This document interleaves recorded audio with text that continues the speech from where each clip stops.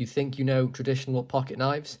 I'm about to introduce you to 5 brands that every seasoned collectors overlook and should own.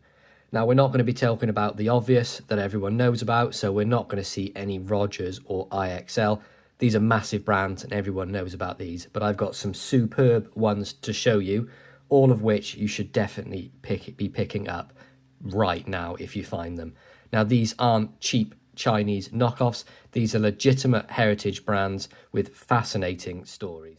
So this is the first one I've got for you, and this is in some absolutely stunning figured rosewood, and this is in immaculate condition for the age of the knife. Now, this is one made by C.J. Johnson. You can see the stamp there. It's a sort of flag with a CJ in it, and this was done at the Western Works in Sheffield. And listen to that snap. Now, C.J. Johnson was a company started back in 1836 in Howard Street and was around for quite a while until, unfortunately, the company is no longer producing knives, somewhere in the early to mid 1900s, I believe. But they made some absolutely stunning knives. See, this one has got steel liners, steel springs, steel pins, beautiful rosewood.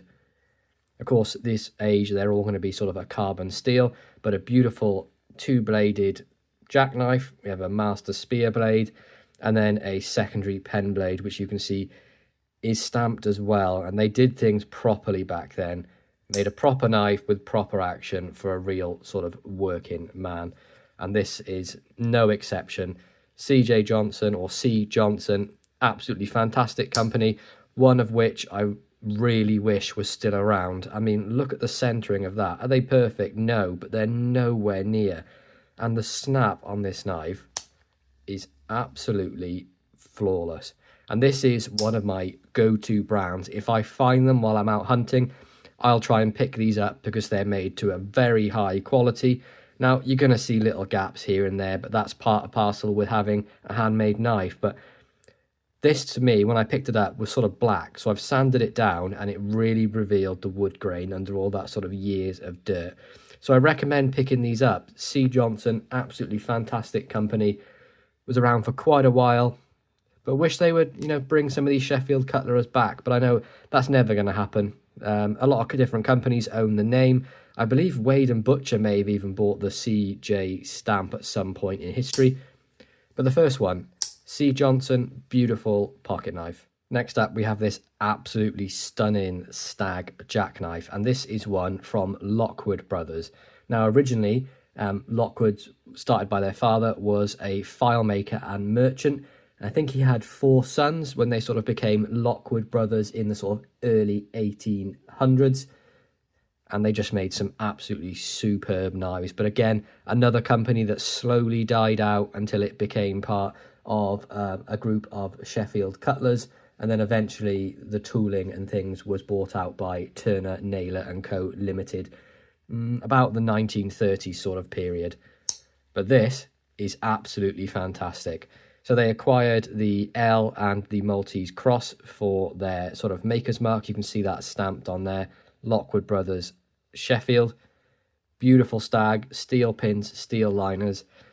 So I've no real idea of when this was sort of made. It's incredibly hard to tell with a Sheffield knife when they were actually made, because there's no dating on them like a case knife. There's nothing like that.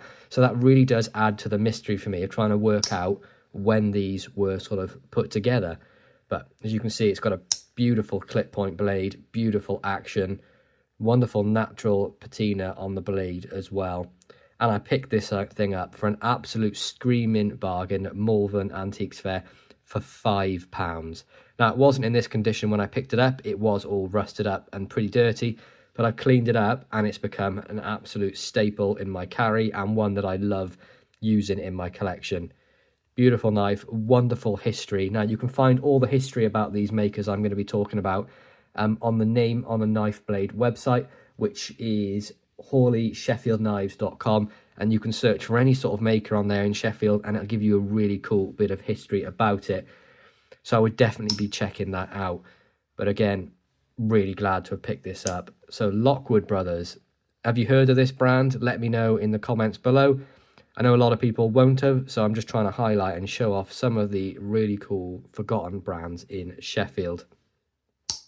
Next up, one of my absolute favourite brands, is loving the history on them, and I really do recommend checking out that site I mentioned earlier. This is a John Petty and Sons, and this is what I like to call a gentleman's Barlow or a slimline Barlow, something along those lines. But it's got beautiful buffalo, this really nice bar shield, and this sort of flattened bolster with a rounded end there as well. You can see really stunning brass liners all the way down. A little bit of figuration on the buffalo on the back, nothing major. And of course, this is a two-bladed Barlow.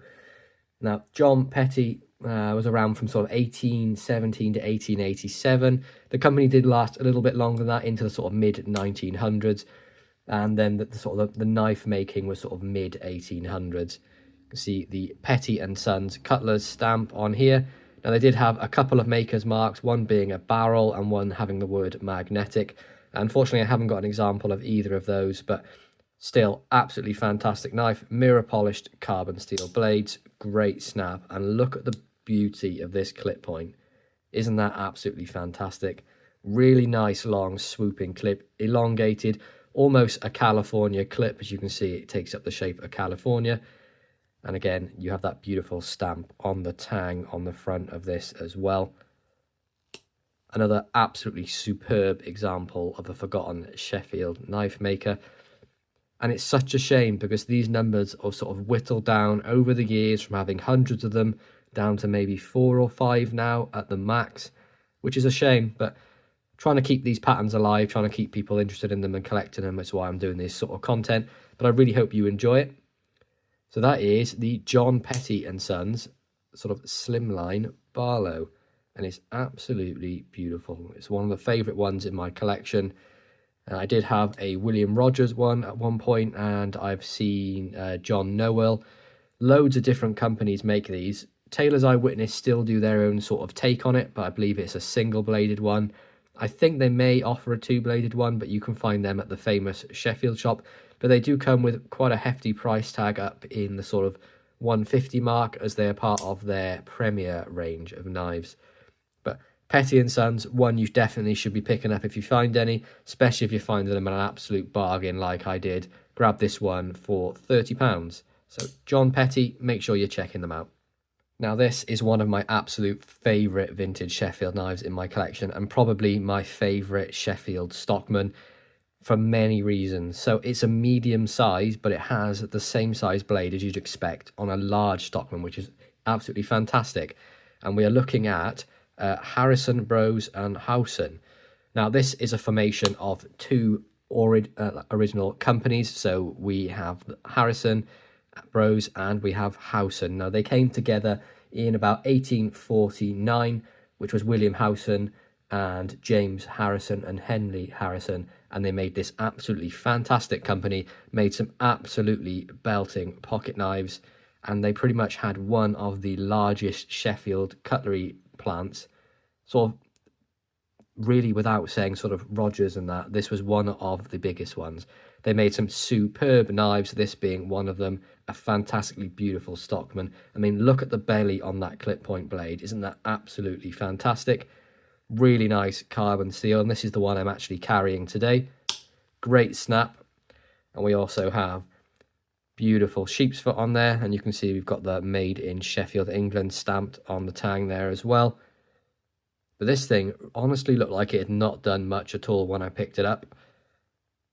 And then the third blade is this sort of, not really a spay, is it? It's sort of sodbustery kind of looking blade. But one of the reasons I love it, it's not a spay. And this one here has Cutlers to His Majesty. So that predates 1952, of course, when the Queen was coronated. So we're looking at a 75-year-old knife coming up to, and look at the condition of it. Can you think of anything else that's been that sort of age that's still looking as good as pretty much the day it came out of the factory, minus a little bit of surface patina, which could be buffed off, and my sort of daily usage. But a fantastic company, one of which I really hope to find more of for my collection, because I love them. I think they're superb. I'm going to go ahead and say it, this is my favourite Stockman in my collection. Something about the size, it's not what you'd expect for Stockman size. So it's only 3.6 inches closed, but it has a 3-inch blade. And in comparison, we'll take a look at a Rogers Stockman, which is 4 inches closed and 3 1/8 blade. So that's what I mean. You're getting half an inch less in handle, but only 0.1 of an inch in blade. And I just think that proportion really works. And that's probably why it's my favourite Stockman in my collection. Love this thing. The next one is incredibly special. Now this is something special. This is a beautiful stag lamb's foot with rat tail bolsters in absolutely immaculate condition. Now this is a John Wigfall and Company. Now John established this company in 1843 and it ran all the way to his death or his son's death, sorry, in 1905 when it ceased trading, and then the maker's mark was bought out by Joseph Elliott, another Sheffield maker. But for the condition of this thing, the latest it could have been made is 1905 when they ceased trading. You see there, bona fide John Wigfall and Co. Sheffield. This is a 120-year-old knife.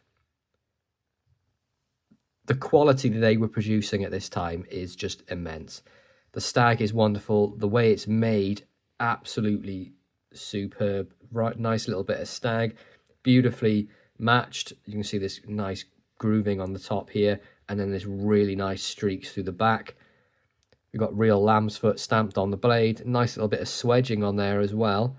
Beautiful carbon steel blade, and this has been used, but whoever had it knew how to look after a knife. It also has a half stop and an absolute killer action. So yeah, John Wigfall, bona fide. Not one I'd heard of until very recently. Glad I picked it up. It's a stunning piece in my collection and one that's never going to go anywhere. Steel construction with steel pins. Beautifully made and beautifully pocket worn over the last 100-odd, 120-odd years. This thing has been kicking about. It's definitely been kept somewhere nice. It's not been kept anywhere moist. Beautifully clean on the inside. Nice kick. Lovely clear stamp on there as well, and natural patina.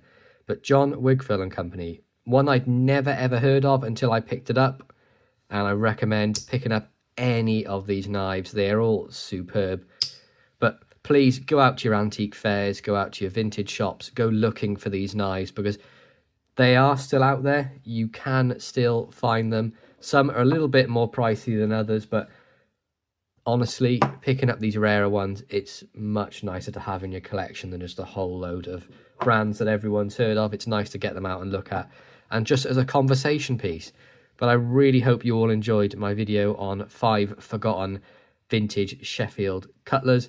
If you did, please hit the like button. Let me know in the comments below which one was your favourite. Do you own any of these brands? If you do, which ones? I love to know.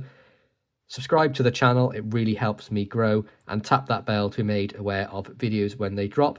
Hope you all have a wonderful day. Peace out.